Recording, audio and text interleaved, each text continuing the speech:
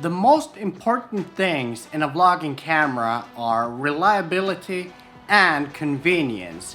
And in this video, I will tell you why this camera is my #1 recommendation for a vlogging camera for beginners. The great thing about this camera is that it's specifically made for vloggers, YouTubers, content creators, and the camera that I'm talking about is, of course, the camera that I'm filming with right now, which is the Sony ZV-E10. And the lens that I'm using here is the Samyang 12mm f2, and the microphone that I'm using is the Rode Video Mic Go 2, which is a phenomenal microphone. All the products that I'm talking about in this video or using in this video will be linked in the description below. So if you want to check the current prices, just click on the links. The ZV-E10 has obviously the face detection autofocus, but it's also got the eye autofocus, and based on my own user experience, the eye autofocus works really well and it does a really good job in keeping your face or your eyes in focus. Honestly, I gotta say that the ZV-E10, which is a beginner vlogger, YouTuber, content creator camera, has much better autofocus than this, my Sony a7 III, which is a pro level camera. So I'm pretty impressed about the autofocus in the ZV-E10. It's happened to me so many times that when I'm vlogging with the Sony a7 III, obviously because it doesn't have a flip out screen, I just have to guess the framing, and then I press record and I get my lines nailed perfectly. But when I go to review the footage, it's completely out of focus, and that never happens to me when I'm vlogging with the ZV-E10. I can't emphasize enough how important it is to have a flip out screen on your camera, because the last time I had a flip out screen on my camera was 4 years ago, back in the day when I had a Canon 200D. And I honestly don't know how I've managed all these years without a flip out screen. Nowadays, it's a must for me to have a flip out screen on my camera when I'm vlogging, because in many situations it's very hard to judge the right composition without a flip out screen, because sometimes what you have to do is press record, go in front of the camera, review the footage, and if the composition wasn't right, then you adjust the camera, press record, go in front of the camera, and then do it all over again until you get it right. That's really time consuming, and I don't have that time. In other words, having a flip out screen on your vlogging camera is a big deal for reliability and convenience. We need to talk about one other thing when it comes to the autofocus, and that's called product showcase. First, let me show you one thing.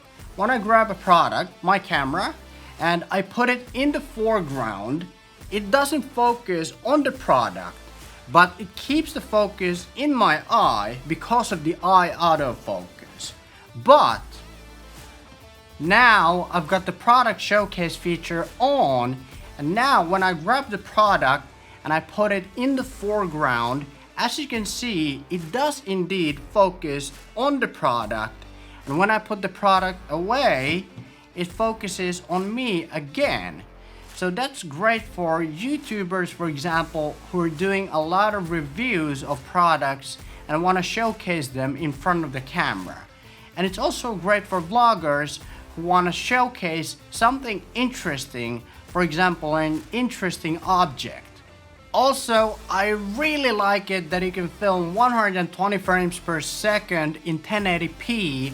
That looks very good and has the autofocus capabilities.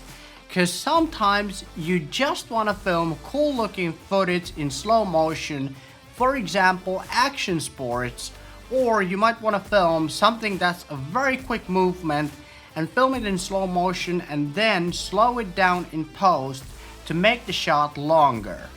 or maybe you want to film some cool B-roll in slow motion to enhance your storytelling in your vlog. One of the best features of the Sony ZV-E10 is the active stabilization. Now when you use the active stabilization, it gets rid of all of the micro jitters, but it does crop in quite a bit. But if you're using an ultra wide angle lens, something like a 10mm or even just 12mm lens, and you're holding the camera at an arm's length, you can make it work and it will be still wide enough to be used in vlogging. Because the Sony ZV-E10 is such a small and compact camera, when you combine it with the tiny Samyang 12mm f2.8 lens, it will be such a small and compact vlogging setup that you can hold it and vlog all day without getting tired at all. Another benefit of having such a small vlogging setup is that it's so inconspicuous that it barely draws any attention to you. And for example, when you're vlogging in a public place, let's say you want to vlog in a grocery store, it's most likely that people won't come and tell you to stop filming because it doesn't look like a professional camera, so people don't really care. Now real quick, let's talk about the price. I'm gonna have to look it up because I have a terrible memory.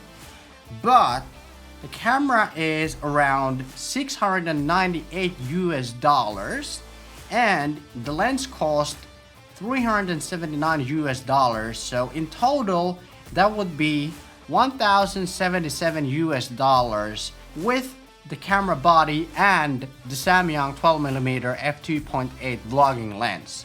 So not bad.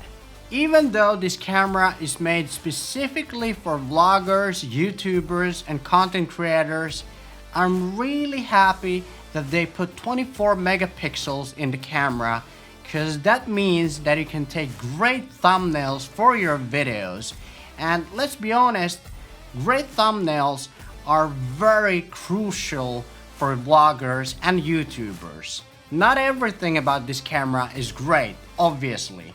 For example, even though the flip-out LCD screen is very bright even in sunny weather in broad daylight, it is very misleading when it comes to judging your exposure. Because oftentimes, even though you've exposed your image correctly, it looks like it's overexposed when you judge it based on what you see from the flip-out screen.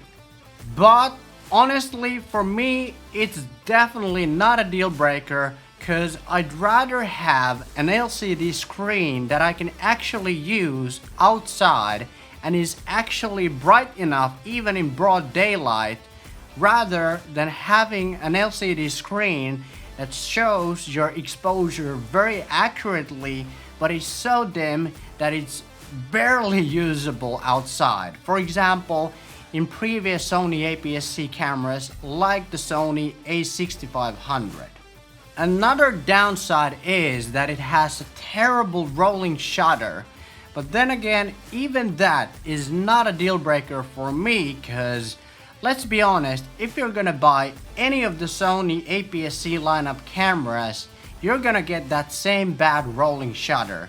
And if you don't want to get that bad rolling shutter, you're gonna have to spend thousands and thousands of more dollars to buy a better camera. If you found this video helpful and want to learn more, then I highly recommend that you watch either one of these videos somewhere here on the screen, because I believe that you're gonna find it helpful as well. Okay, thanks for watching, and I'll see you again in the next video. Take care.